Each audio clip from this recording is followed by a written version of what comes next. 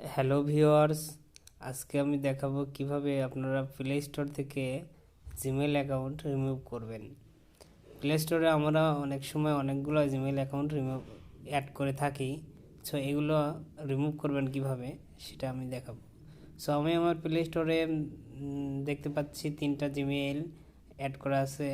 So এই 3টার Gmail থেকে আমি একটা রিমুভ করব।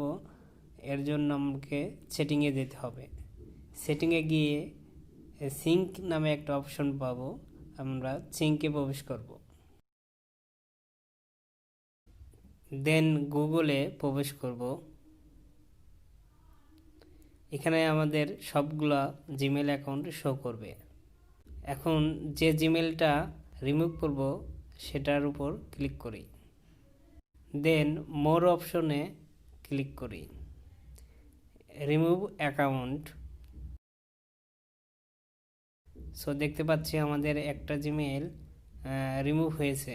সো এভাবে আমরা জিমেল অ্যাকাউন্ট রিমুভ করতে পারবো। আমার ভিডিওটি ভালো লাগলে সাবস্ক্রাইব, লাইক, কমেন্ট, শেয়ার করবেন।